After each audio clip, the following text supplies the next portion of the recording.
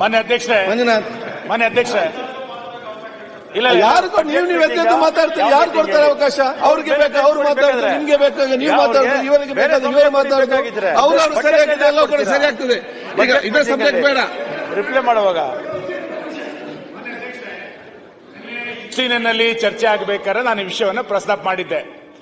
ಈಗ ಒಬ್ರು ಜವಾಬ್ದಾರಿಯುತವಾದಂತಹ ಸಚಿವರು ಅಸೆಂಬ್ಲಿಯಲ್ಲಿ ಈ ವಿಷಯವನ್ನ ಪ್ರಸ್ತಾಪ ಮಾಡಿದ್ದಾರೆ. ಯಾರೋ ಸಾಮಾನ್ಯ ಸದಸ್ಯ ಅಲ್ಲ, ಒಬ್ಬ ಹಿರಿಯ ಸದಸ್ಯರು ಇದನ್ನ ಪ್ರಸ್ತಾಪ ಮಾಡಿದ್ದಾರೆ. ಸಚಿವರೊಬ್ಬರು ಪ್ರಸ್ತಾಪ ಮಾಡಿದ್ದಾರೆ.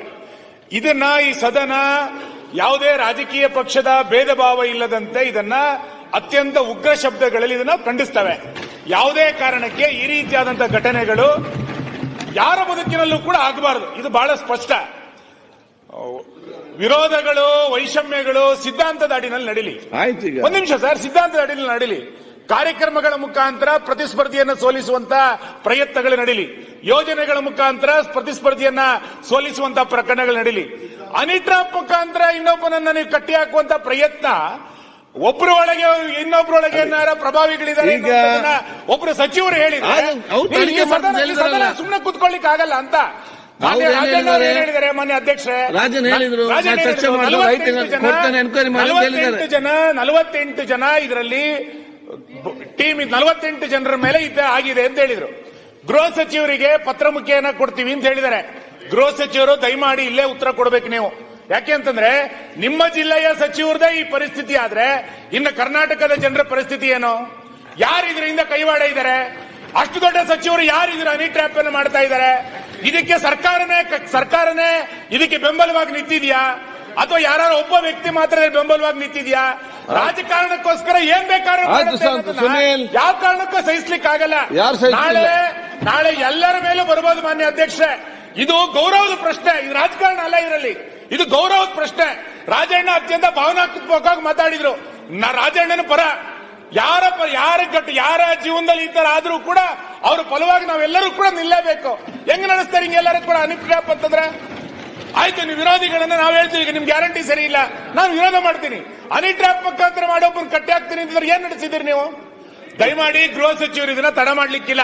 ನೀವು ನಿನ್ನೆ 10 ಗಂಟೆ ತನಕ ನಡೆಸಿರಿ, ಇವತ್ತು 11 ಗಂಟೆ ತನಕ ಸದನ ನಡೆಸಿ, ತೊಂದರೆ ಇಲ್ಲ. ದಯಮಾಡಿ ಗೃಹ ಸಚಿವರು ಉತ್ತರ ಕೊಡಿ. ಈ ರೀತಿ ರಾಜ್ಯದಲ್ಲಿ ಒಂದು ಘಟನೆ ನಡೆದಾಗ ನಾಳೆ ನೋಡೋಣ, ಇವತ್ತು ನೋಡೋಣ ಅಂತ ಹೇಳಿ ಆಗಲ್ಲ. ಸದನ ನಡೀತಾ ಇದೆ, ರಾತ್ರಿ 12 ಗಂಟೆ ತನಕ ಸದನ ನಡೆಸಿ. ಗೃಹ ಸಚಿವರು ಹೇಳ್ತಾ ಇಲ್ಲಿದ್ದಾರೆ, ಉತ್ತರ ಕೊಡಿ. 48 ಜನ ಯಾರ್ಯಾರಾಗಿದ್ದಾರೆ, ನಮ್ಮ ಪಾರ್ಟಿಯಲ್ಲಿ ಯಾರಿಗಾಗಿದೆ,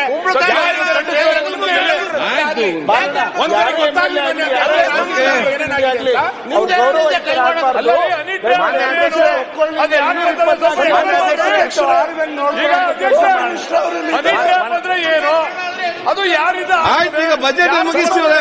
ಯಾರಿಗೋಸ್ಕರ ಗೃಹ ಸಚಿವ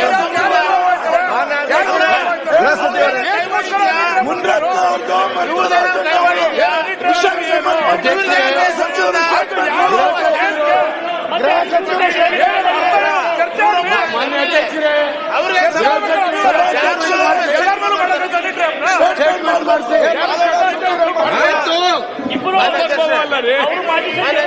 ಗೃಹ ಸಚಿವರೇ ಒಂದು ಮುಗಿಸಿದೆ ನಾನು. ಈಗ ಆಯ್ತು, ಕ್ಷಮೆ ಕೊಡ್ತಾರೆ.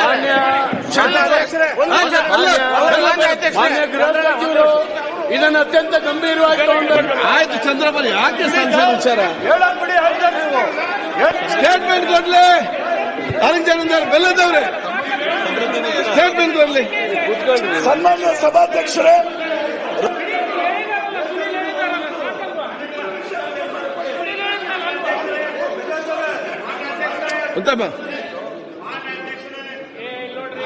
ಹೇಳಿದ್ರು 224ರಲ್ಲಿ 48 ಜನರದ್ದು ಇದಾಯ್ತಂತೇಳಿ.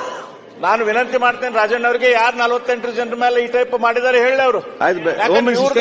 ಇವ್ರದೈತು ಯಾರ್ದೈತಿ?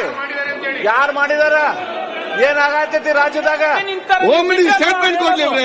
ಅವ್ರು ಹೇಳಕ್ಕೆ ಅವ್ರು ಸ್ಟೇಟ್ಮೆಂಟ್ ಮಾಡಲಿ. ಅದು ಎನ್ಕ್ವೈರಿ ಮಾಡಿ.